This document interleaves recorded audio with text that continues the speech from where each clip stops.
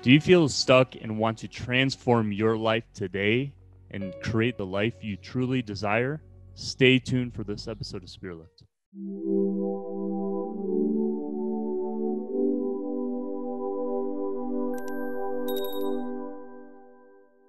Before we get started, please remember to like, subscribe, and hit the notification bell down here below so you'll be informed each and every time we upload a new video as it relates to issues such as spirituality, nutrition and well-being, and mental health. In this episode of Spirit Lift, I have the pleasure of speaking with Milushka, Milo for short, a transformational coach who lives in Mallorca, España. Wow. Yeah. I envy you so much. Milushka, welcome to Spirit Lift. Thank you. Thank you, Devin. Nice to be here. Such a pleasure. Thank you.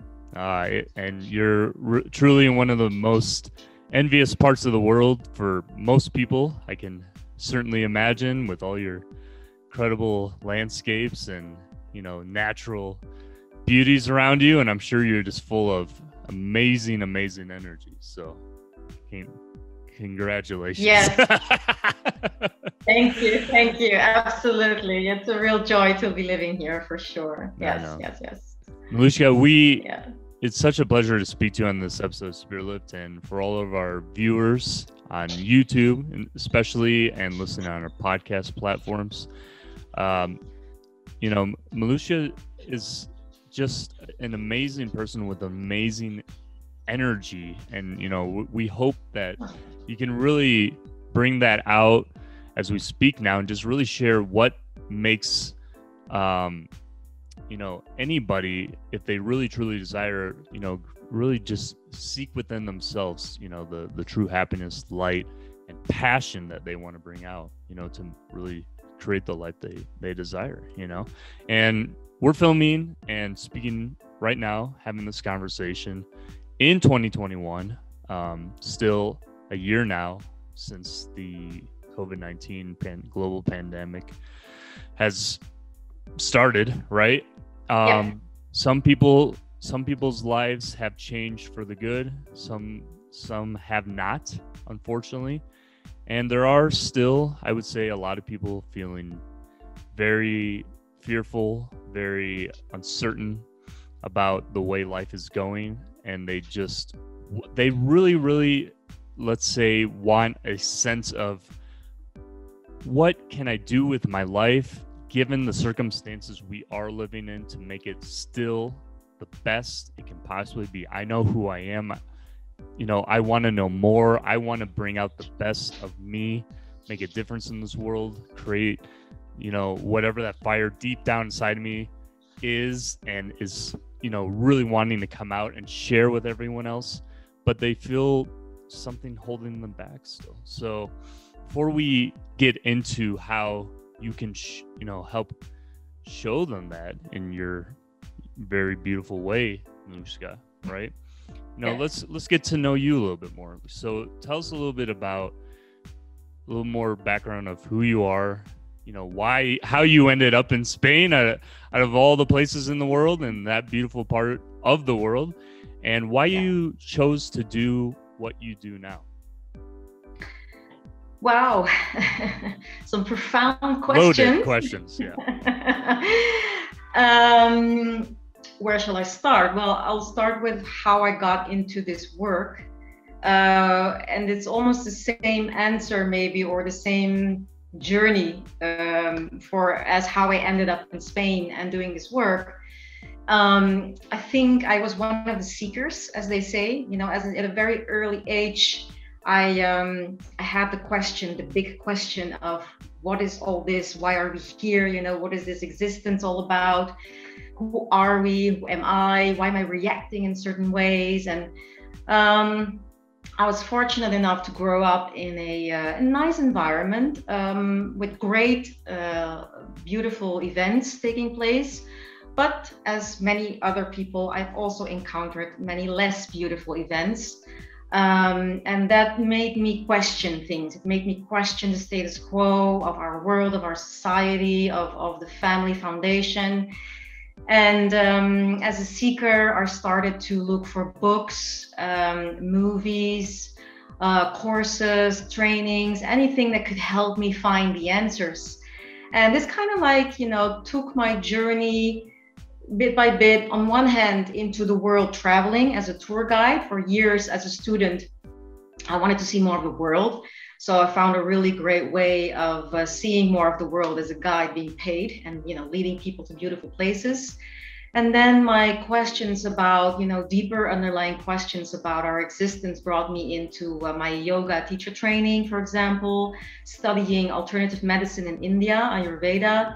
I've been taking deep courses and studies into neuroscience, into metaphysics. I've been 1 year in seclusion in the south of America, just to meditate 8 hours a day for almost a year, like wow. 8 months to a year, just to get to know myself on a really deep level and get more answers.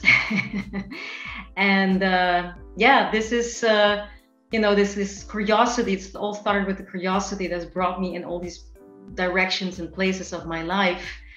And then there was this underlying sense that just wanted to serve and help other people. And, having gone through certain motions and things myself, and having found ways that have really helped me to move through and expand my consciousness, my awareness, and come to a much nicer place to be, and a much lighter way of perceiving or experiencing life, and still seeing people going through struggle and hard time, it's just inspired me to get into this work and really start helping more people. And as for your question about ending up in Spain, well, I was lucky enough that my parents, they moved to Barcelona years ago. I kind of like lived for a while close to them near Barcelona, but then felt called in a way to go back to explore my roots, which were in the Caribbean, in the Dutch Caribbean, where I was born and raised. And so at some point I went back there and lived there for about 7 years. But I have a daughter who's now at the age of 14, and my parents have become of age. So after those 7 years, I really felt I wanted to be closer to my parents. They're at that age where, it's harder for them to travel. But I didn't want to go back to the mainland in Barcelona, or in an area where I'd lived before, although it's beautiful there. But going back to the Caribbean and having lived again that island life, I really felt like I wanted to keep that kind of lifestyle going, living on an island with beaches and nice weather. And so I was looking for a place that was similar to the place in the Caribbean. And I found like my little Caribbean in Europe, nice. Which now is Mallorca. Yes. Excellent. That's quite an incredible story and journey, Milu. And it's just, it takes a lot of doing what you've done. It really does take a lot of courage just to step out there and really embrace life in that way and just get up and go, right? I'm sure there were times where you had doubts or you weren't certain that you should maybe go in this direction or that direction, but you still did it. And just really quick, so our spear lifters understand, what is the work that you currently do now in the way that you really help people? What your actual work, so they understand that. Well, I do several things, but it comes down to helping people shift their life, transform their life into a more pleasant way of living, less stressful, with less problems, if you will, shifting the vibration. I help people to meditate, to learn. A lot of people, they know about the concept of meditation. They've maybe sniffed a bit at it, tried it out here and there, but a lot of people have difficulty really coming to a stable, profound meditation practice. And I feel I'm really capable of helping people to go deeply within and tapping into that space of stillness and really get their own answers. I don't feel like it's up to us as teachers or therapists or counselors or whatever you want to call it, to give people the answers. For me, it's always been about guiding people to their own answers. And so I really feel myself more to be a guide, and I help people. And meditation is for me the ultimate vehicle. Right. Whatever, there are many pathways, but all come to some point, they come to this point of meditation, because it's the only practice. You can pray also, or do other things, but to really direct your attention inward, that's what it's all about. And to really connect with a deeper source within, which makes life, therefore, on the external parts much easier, because when we have that inner connection, everything becomes easier. No, I completely get. I completely agree with that, and I think for me personally, and I've mentioned this in other episodes and with other people, is like each and every day is the way in which we start our day is through that. For me, it's more of taking that personal time away when it's still dark outside, prayer, meditation, just getting my focus, getting my energy up. And that really, it can really set the tone for the whole rest of your day. And it's quite incredible. But you have to be in a way, you have to be disciplined to do it. You can't just say, oh, I'll do it today or tomorrow. It doesn't work like that. It's really a continual thing, and it really sets the thread of which, each and every day can have its, blissful way of presenting itself to you, which is incredible. And so I feel it's a difference. I feel it's a difference. Sorry, I feel it's a difference between living intentionally and just being like life happening to us. Like when you meditate, you really come from an intention. You live with intention. It's like you are more, I wouldn't want to say in control of what happens to you, but almost. It's more like you setting out where you're going towards, instead of just being a reactive being on everything that's happening all the time.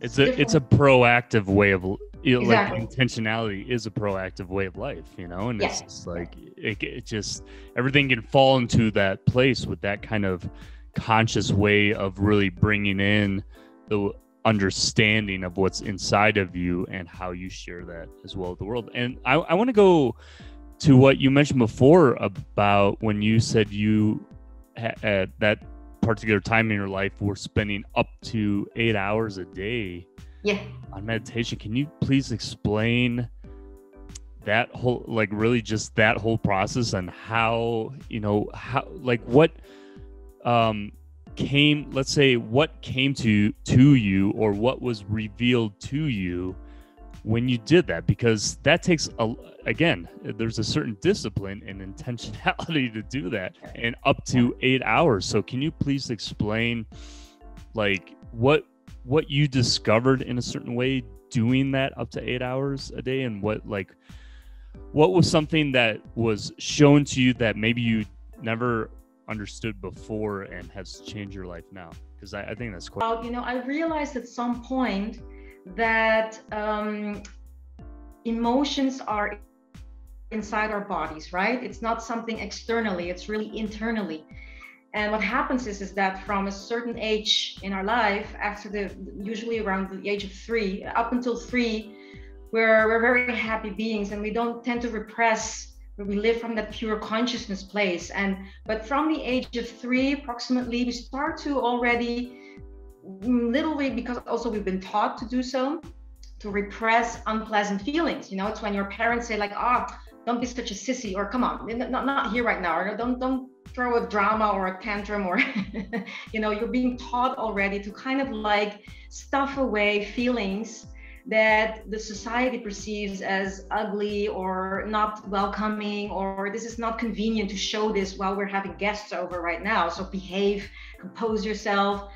So I realized that at some point in my life as well, just with everybody else, I must have repressed feelings. And I felt I was at a time in my life where I really wanted to take time, a little break from my daily habitual life, and really go within, really take a fixed amount of time and spend on myself, taking my attention inward, and really connecting with any feelings and emotions, apart from also getting to know myself, but to really connect with emotions and feelings that were stuffed inside my body. Because I could feel that when something would go on or somebody would say something, I was just automatically reacting to it, even though I had studied things and I knew about a lot of things. And I was like, where is this still coming from, you know? And I really wanted to deal with that and really get it dealt with. But for 8 hours a day. Yeah, for 8 hours a day, every day for about 8 months to 12 months to a year.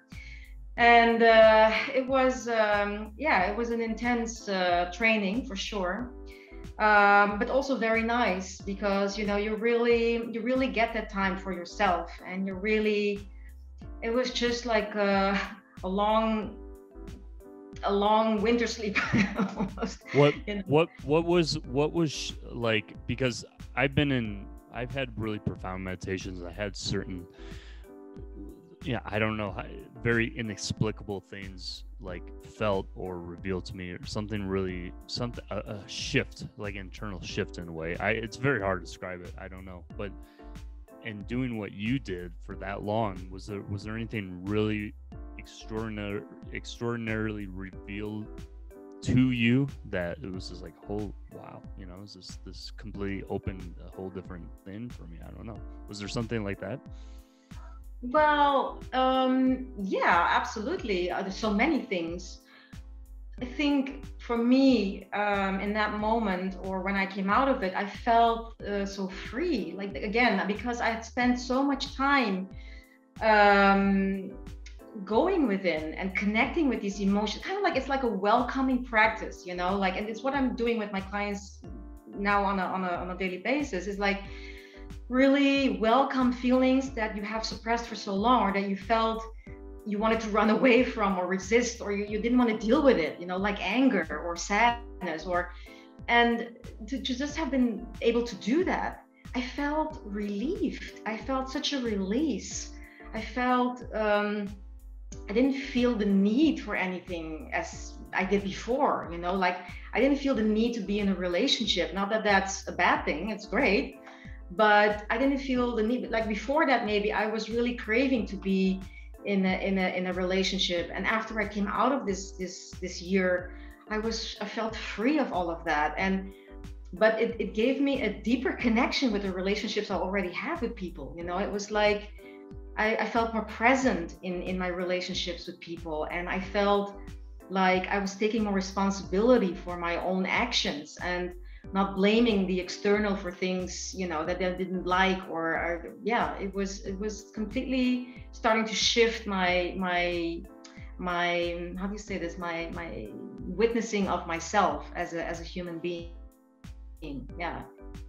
Do you think a lot of what people go through in the times we are living in, with a lot of heightened anxiety, stresses, tendencies of depression, things like that, in your opinion, do you think it has to do with a constant sense of reacting to things, forcing things, lack of awareness? What do you think, like, a lot of people's general heightened levels of stresses are derivative from, especially in our times now?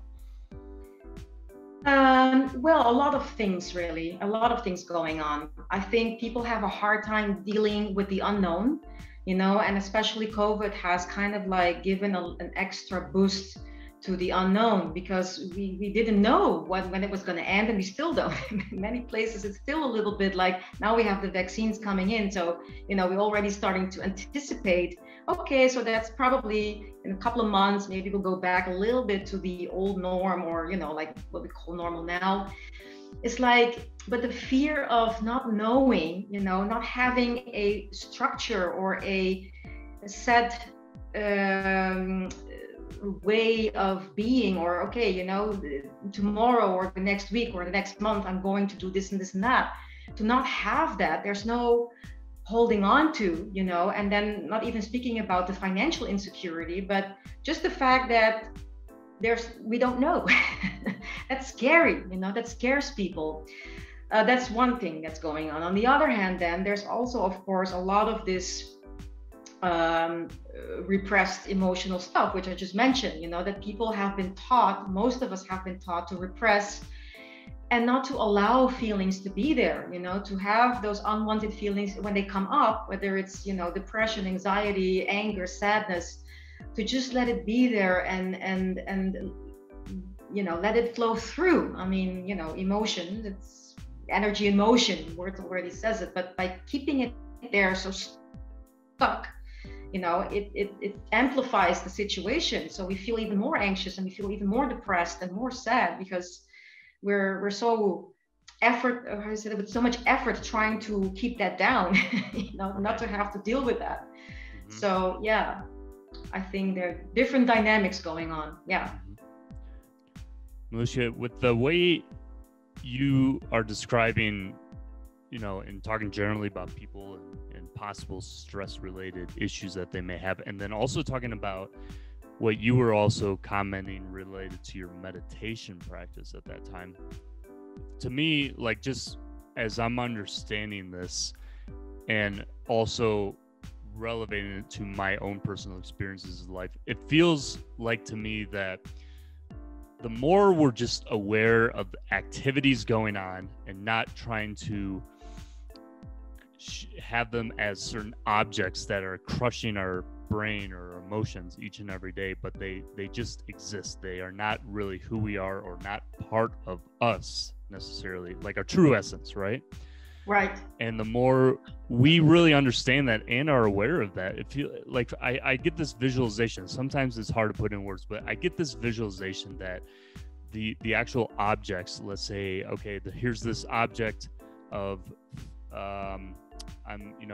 I don't like my weight, I don't like this person, I don't like this, whatever it is. They feel, it's like these little icebergs, right? And then the more we understand it without giving it a true meaning of anything, and we're just aware of what we are, it just all kind of goes down in a way, in a sense. Yeah. That's the visualization that comes to my mind. Is that, yeah. How do you see it in that particular way, in your opinion? Well, what immediately comes to me, and you even mentioned the word awareness, that's the key. The key really is awareness. And to come back even to the question before you asked me, the one before, is that I really feel that the identification that we have is the main issue with everything. Once we stop identifying ourselves with the stories in our head, when we realize we are not the mind and we are not the body and we are not anything that's going on around, that these are just the interpretations or the stories in our head. And this is what meditation really does. It kind of like puts us back in that footstep of the observer. You really start to observe things from a different perspective. And what it does is it gives you a space and openness to allow things to take place without really filling it in with a specific A or B story. It's like just letting it take place without filling in the blank with the interpretation of the meaning to it. So I really feel that the more we are able to stay as awareness and just, observe what's taking place and not putting any stories or making it into bad or beautiful or ugly or horrible or, if anything, make it beautiful if you have the choice. But if just the realization of, the fact that life is taking place and it doesn't have to be a nightmare, I can perceive it as an opportunity. It could be an opportunity for growth. It could be an opportunity for going in a different direction.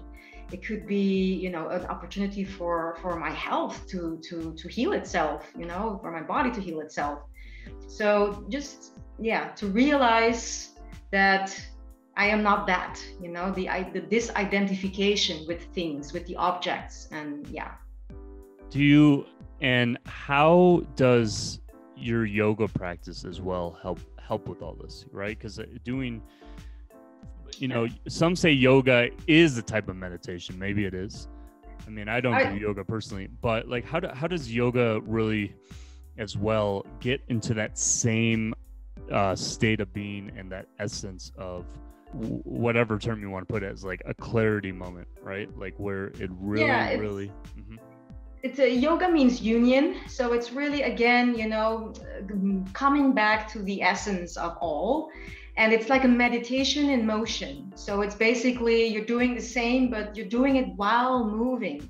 So it's a long stretch of your body, moving into that vastness, the expansion of your bigger self.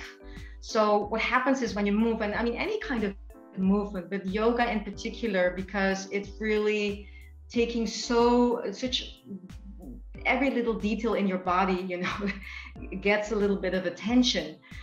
So I would say yoga, it makes you present. It makes you present because when you're in the practice of yoga, your attention is really in your body. It's not so much in your mind. So this already takes you out of this nightmare story place where all these worries and all these horrible stories are going on and on and on. It takes you out of that place, and it really puts you in a space of presence, and you really feel where your muscle is aching a little bit from that stretch, where you're pushing a little bit against the edge, not over it, but just a little bit closer to it.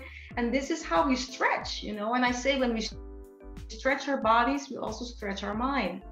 And yeah, it just puts you in a place of presence, and that's what I love about it. Yeah. How important, in your opinion, is it that people in general are immersed as well in nature, right? Like, because I think a lot of us, and someone as myself as well, we're in cities, urban dwellers, things like that. But seems to me that people who are in more natural environments, who do have more, let's say, landscapes around them and fresh air, sunlight, are generally happier. I don't know. Do you see that as a really important thing day to day for anyone? Yeah, for sure. Because what's nature is organic, right? So that's more close to our own nature. The buildings, the constructions are all constructions from the mind, human construction. When we come back to nature, it's when you often hear people say, I felt connected to God, I felt connected to something so much bigger.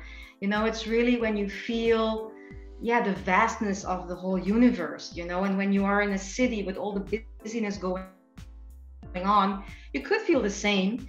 But somehow when we are in that natural environment in the mountains, it's so massive. I mean, a human being is not capable almost of, putting the Mount Everest there. I mean, if you see the construction of all these, the trees, the mountains, the sea, the ocean, it's so huge, so it makes us feel that connection again. And also the oxygen that we take in, this whole, through your senses, breathing in, the breath, everything you feel, you hear the birds sing, you just feel part of something so much bigger, which reminds you instantly that you're not just that tiny little body, that you are part of something so much bigger.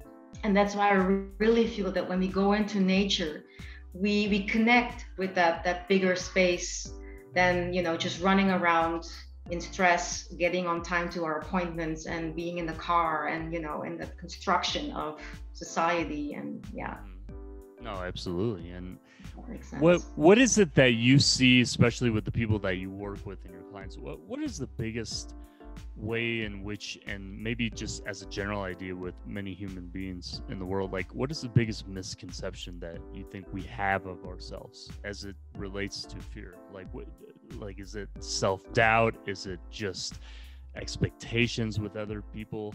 Is it, what are the things that you generally see that we as people really get wrong when it comes to us as human beings, and that, can just, maybe if we really, really take a moment, understand that is not the case, whatever it is? What is the biggest thing you see? Well, I believe, and I see this indeed with clients, that a lot of people are not living from their true essence. They're living from a place of expectation of what is expected of them by their parents, by their spouses, by their friends, by even their children, but by society, by the external. And that I mean, people, yeah, they become then pleasing towards, so oftentimes not even aware that that's what's happening. They just feel a sense of discontent, not being satisfied, maybe stuck in a job, and I think, how did I even get here, or maybe even in a marriage, like, how did I even get into this situation? I'm 40 plus years, and I'm with a partner that, well, it's all right, but it's not really, I'm not feeling passion or spark or inspiration, And again, coming back to meditation really puts you in touch with that inner source and puts you in touch with that inner guidance, your intuition, or that real voice inside that really tells you, this is what really excites me, and this is what I would really love to do. If I could go back in life, I really would have chosen to become a singer, or I would not have listened to my parents who would told me, you can't get a job, doing that. Or I would have become a baker, or I would have done this, and I would have chosen that type of person. Maybe I wouldn't have got married at all, because these are just things that society expects of us. And we kind of like, at some point in our life, start to realize like, how did I get here? Well, without being consciously aware of it, I just followed what was laid out for me. It wasn't really what I felt called to do in my heart. Is it really living by my heart's desire?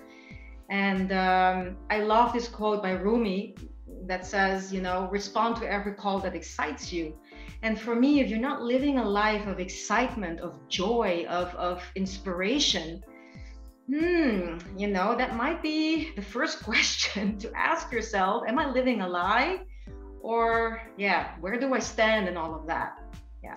That's a very important thing you're saying, because the thing that I truly believe that people miss too often are the subtleties in life. Like, there's a beautiful book that I read last year, and I'm going to try to read maybe once a year now, called Alma Cara. It's from a Irish poet, writer. Very, very soulful book, I would say. His own perspective of God, and just a beautiful way of writing about that. And something that truly found impactful and insightful from his writings is that, God speaks in whispers and in silence, right? Yeah. But when he does, it's really profound, right? And when I say God, I mean, however you interpret God and what God means to you. And I see that generally through like the thread of love, and love has umbrellas of many facets of things, right? Yeah. But anyways, the point is, when going back to what you're speaking about, meditation and those times of stillness, when I've had that personally in my own experiences of life, that's when I felt like my idea, or not conceptually, analytically, but my version of what God is to me come through me, right? Because it was just like, I felt like an overwhelming sensation of something that I don't get on a day-to-day basis, right? So it's so inexplicable. But it was only in those moments of the meditations, or the silent periods, or of the least distractions, that you, like what you said with your quote, felt the most called upon, or the most excited of or by, right? So and I think in something about that, for me, and when I speak to other people sometimes, is like, it's this idea of a state of happiness or excitement or joy can be achieved with more of the idea of less is more. Meaning, don't take on so many things going on and get, wrapped up in the confusion of the ideas in your mind, but let go, and let it flow, basically. I don't know. Clarity is what comes to my mind, to get clear. And when you ask me about, that year of the seclusion and the 8 hours of meditation on a daily basis, it's not exactly like I came out as an awakened being. I felt that I have had a gradual awakening process over years. And that amount of time that I was spending there just gave me the chance to let go of emotions that were still stuck in my body, which were keeping me from, I feel we're all born with an inert happiness. And over time, we put layers and layers of suppressed emotions covering that inert joy and happiness. And once we're able to shed that, and it just dissolves, by welcoming and giving it attention, it just flows through and it goes away, we then suddenly have that connection back with that happiness, that inner joy that comes back. And that's really what happened for me, doing all those meditations and really getting in touch with those feelings, but it's clarity. When you have a lot of meditation or a lot of time going inward, you get clear.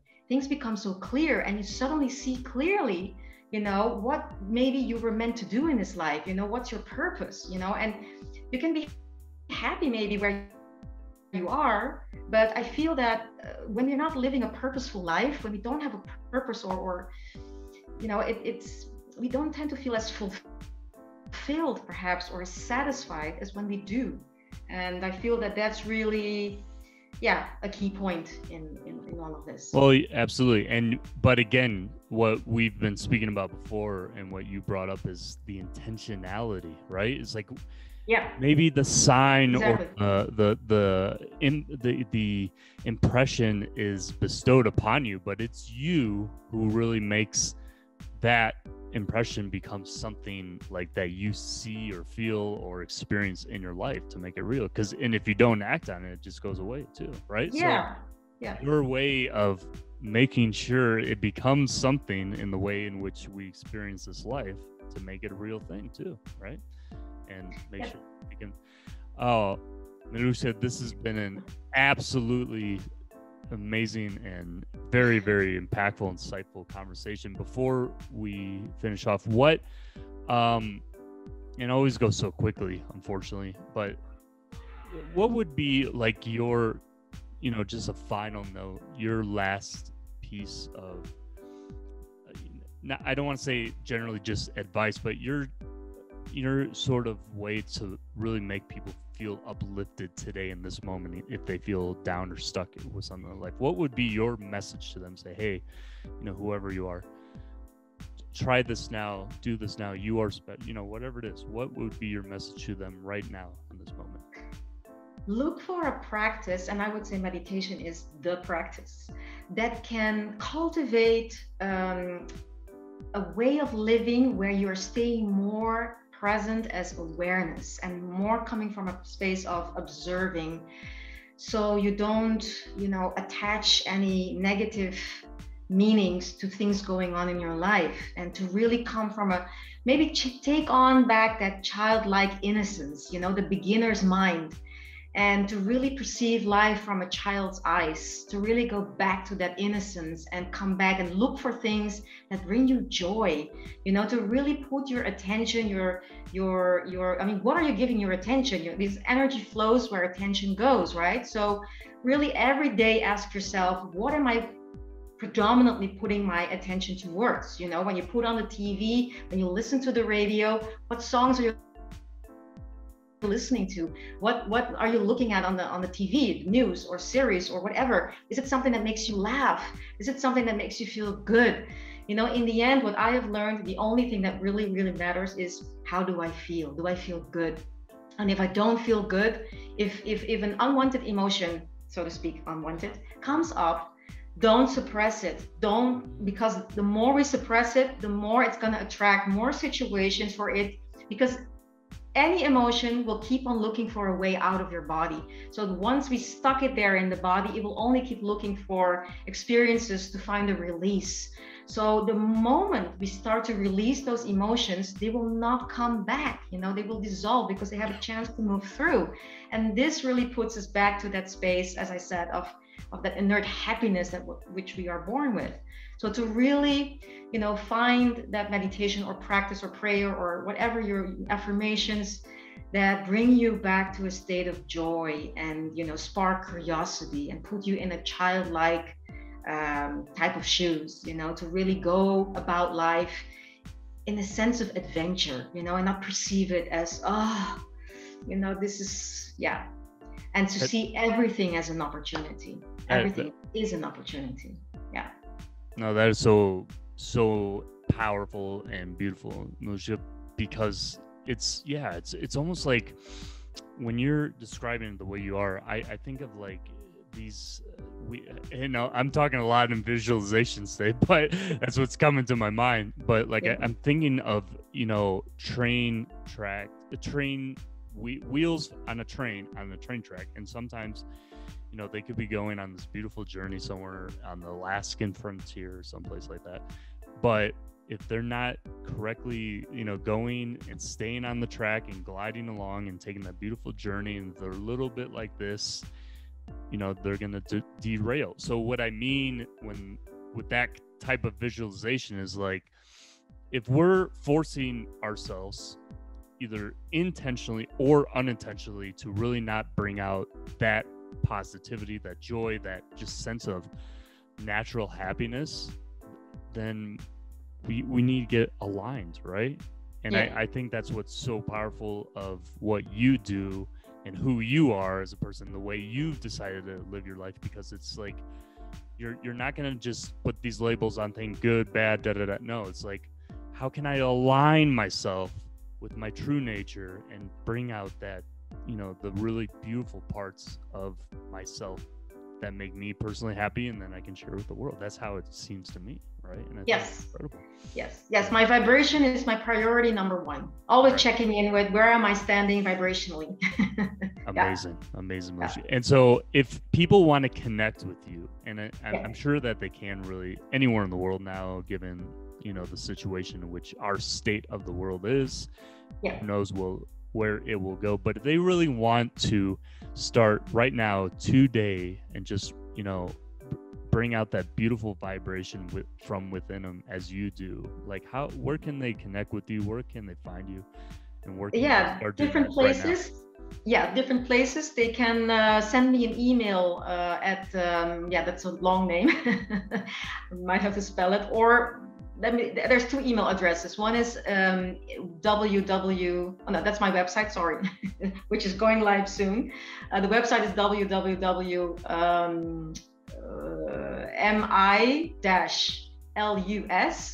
mi-lus.com. And so the email address where they can reach me at is info@mi-lus.com, milus.com. Or milushkavolkerts@gmail.com. And on Instagram, they can find me at From Milus with Love. And I'm on Facebook as Milus Transformational Coaching. Sorry, MILLUS Transformational Coaching. Milus. Perfect. Well, we're going to include all of your information where people can reach out to you and contact you in the video descriptions and the pinned comments. So we'll put that all there, so no one has to worry about finding and locating and getting in contact with Milushka right now today, and just turn your life around if you feel stuck in any way whatsoever, and just have that amazing beautiful vibration and way of looking as Milushka does. So Milushka, thank you so much for being on this episode of Spearlift, and we thank you very much. My pleasure. And Devin, thank you so much for having me over here. It's a real honor and a real pleasure, and I hope people can take something out of what we've spoken about. I'm sure there must have been something there. So absolutely. Thank you very much for having me here. Absolutely. Thank you so much, Milushka. Thank you so much, Spearlifters, and we'll see you on the next episode. Take care, everyone.